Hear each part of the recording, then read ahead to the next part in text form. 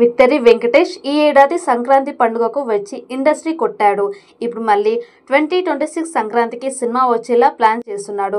వెంకటేష్ కొత్త చిత్రానికి దసరా బుల్లోడు అని టైటిల్ పెడతారని సమాచారం. ప్రస్తుతం వెంకటేష్ వరుస కథలు వినడంలో బిజీగా ఉన్నాడని సమాచారం. ఈ సందర్భంలోనే ప్రముఖ దర్శకుడు హరీష్ శంకర్ కూడా ఈ కథను వెంకటేష్కు వినిపించినట్లు తెలుస్తోంది. ఈ కథ వెంకీకి నచ్చడమే కాకుండా నిర్మాత సురేష్ బాబును సైతం ఎంతగానో మెప్పించినట్లు న్యూస్ వైరల్ అవుతుంది. ఈ చిత్రం వెంకటేష్ కెరీర్లోనే 77వ సినిమాగా రానున్నట్టు సమాచారం. త్వరలోనే ఈ సినిమాను అధికారికంగా ప్రకటించే అవకాశం ఉందని తెలుస్తోంది. హరీష్ శంకర్ కెరీర్లో గబ్బర్ సింగ్ లాంటి భారీ హిట్ పడి చాలా కాలమే అయ్యింది.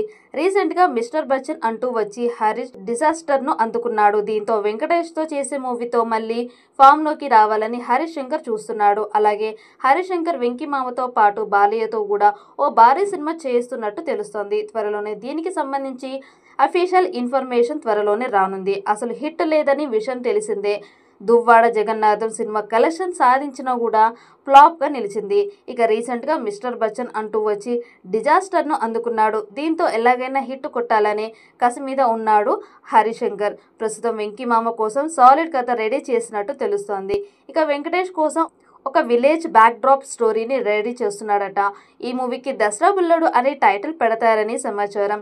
ఇక ఈ మూవీని వచ్చే ఏడాది సంక్రాంతికి విడుదల చేయాలని ప్లాన్ చేస్తున్నారు. త్వరలోనే ఈ మూవీ స్టార్ట్ అయ్యే అవకాశాలు ఉన్నాయని తెలుస్తోంది.